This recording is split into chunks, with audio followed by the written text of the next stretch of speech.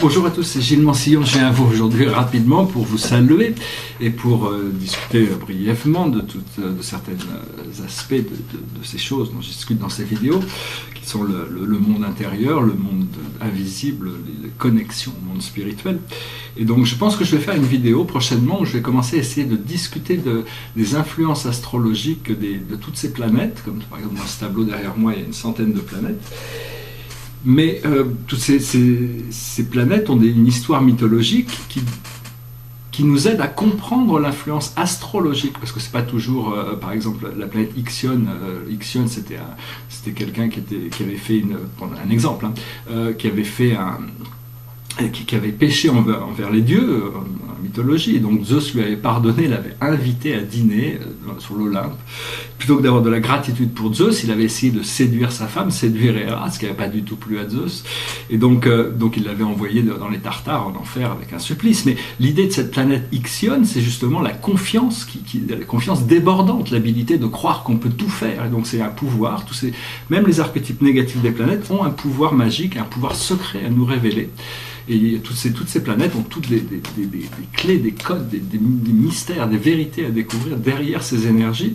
Seulement bon, on ne peut pas toujours les canaliser de manière concentrée, on les prend toutes en même temps, donc bon, on ne peut pas toujours comprendre toutes les influences astrologiques. Ce que l'on est en train de réaliser, c'est que bon, il y a toutes sortes de changements qui s'approchent, on ne sait pas vraiment ce qui arrive, mais il faut avoir confiance du procédé. J'ai réalisé personnellement certaines choses. Là, je suis toujours, comme je l'ai déjà dit dans la dernière vidéo, en train d'étudier les tablettes de Thoth, l'Atlantien. Et donc, puis bon, ça m'est venu un petit peu d'essayer de recouper certaines histoires par rapport à toute cette histoire d'Atlantis, parce qu'il y a d'autres sources comme Métatron, ou bon, bien sûr il y a Platon, Edgar Cayce, mais il y a surtout Métatron qui a beaucoup parlé de l'histoire d'Atlantis. Et puis il y a d'autres channels qui en ont parlé sur puis il y a la mythologie aussi qui expliquait que bon, parce que Atlantis c'était le domaine de Poséidon, c'est avec son fils Atlas qui est devenu de l'Atlante. Les Atlantes sont appelés comme ça. Et donc tout ça, c'est des choses qui sont en train qui vont bientôt se révéler. Il va falloir restaurer les pyramides, les ramener à leur état originel bientôt. Je ne sais pas combien de temps ça va prendre. Enfin, de toute manière, ça ne va pas être un acte de construction humaine, ce sera plutôt un acte de volonté divine qui se manifestera de manière, on ne sait pas encore comment, mais enfin je pense que j'ai été confirmé le fait que éventuellement les pyramides seront restaurées pour se réactiver, pour remplir leur fonction de librairie cosmique, et parce que nous vivons dans une matrice de 12 dimensions de notre sous-univers, et il faut arriver à garder tous ces corps en alignement. Au plus on est aligné avec une position élevée dans la matrice, au plus les choses sont harmonieuses et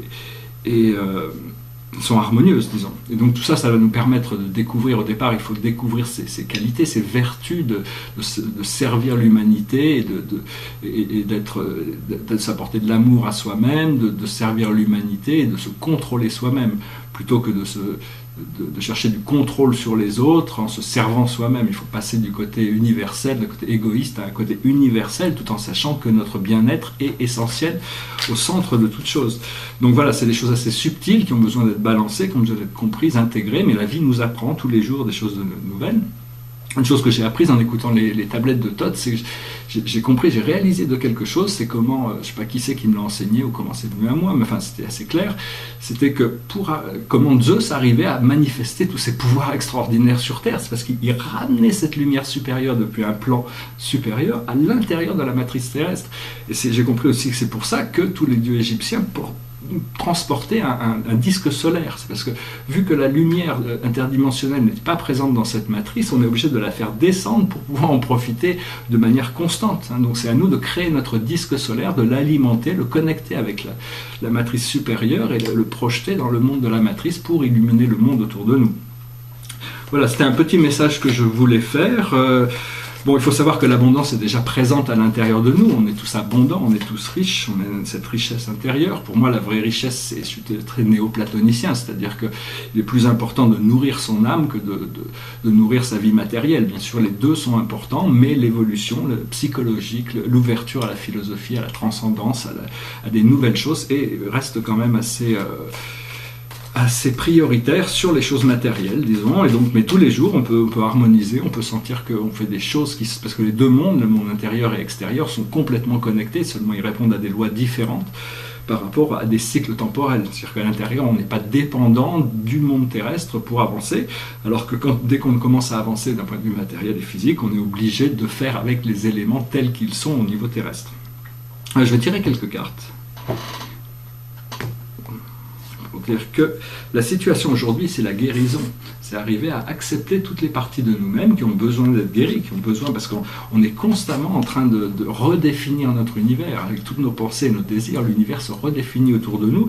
Et en récupérant toutes ces mémoires de vie passée, on est obligé de les intégrer. Et donc ça nous permet de les harmoniser, de les guérir pour qu'elles ne soient plus perçues comme des mémoires restrictives, mais une fois qu'on a passé le côté restrictif, on arrive dans un côté expansif.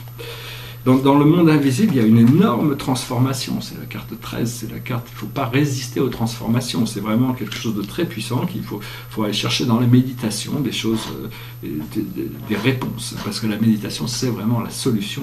C'est là où on va trouver des réponses. Il faut arrêter un petit peu de...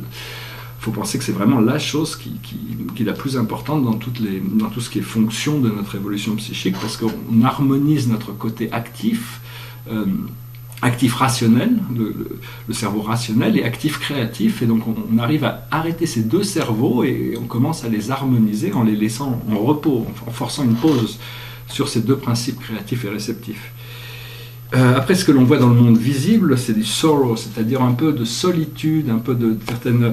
aussi, il y a aussi l'effet de devoir laisser derrière nous des choses à laquelle on s'était accroché, et donc c'est quelque chose qui doit nous faire réagir. Le sorrow, c'est-à-dire l'amertume, c'est pas quelque chose, il ne faut pas rester dans l'amertume, il n'y a aucune valeur à rester dans l'amertume.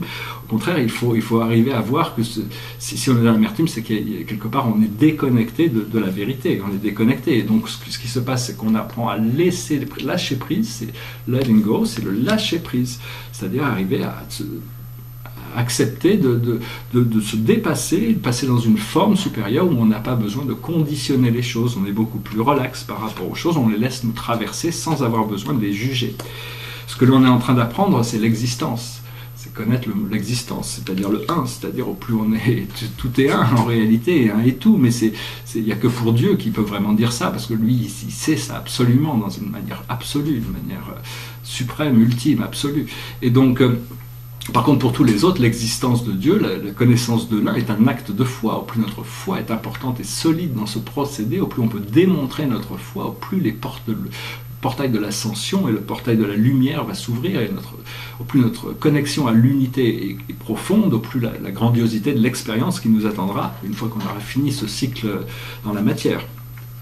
Et ce que l'on va aboutir, c'est arriver à se débarrasser des fardeaux, c'est la carte du fardeau.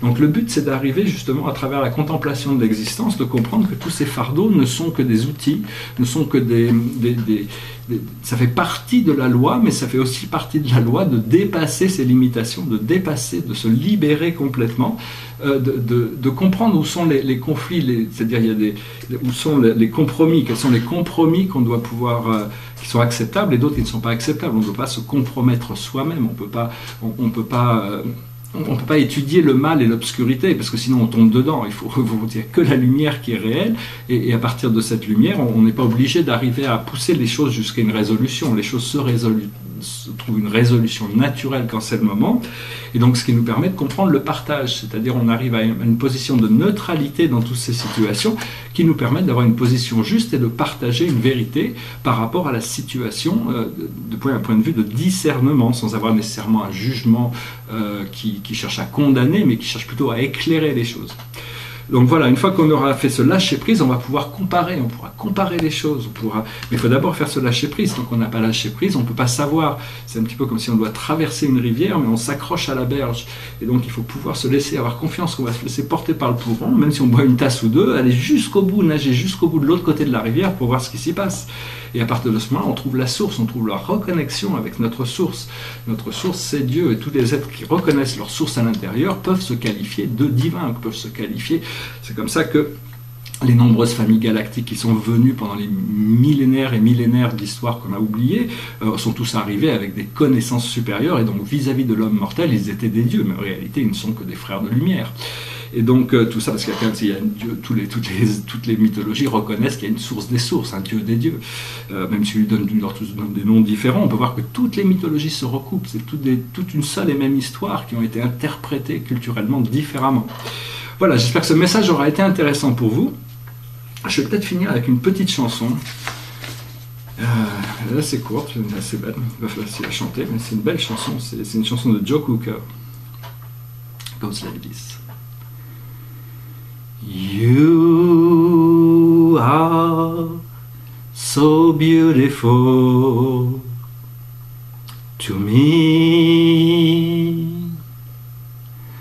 You are so beautiful to me. Can't you see you're everything I hoped for? You're everything I need. You are so beautiful to me. Such joy and happiness you bring. Such joy and happiness you bring. Like a dream, a guiding light that shines in the night. Heaven's gift to me. You are so beautiful to me. Voilà, je vous remercie, je vous souhaite une excellente journée, je vous dis à très bientôt. Namasté.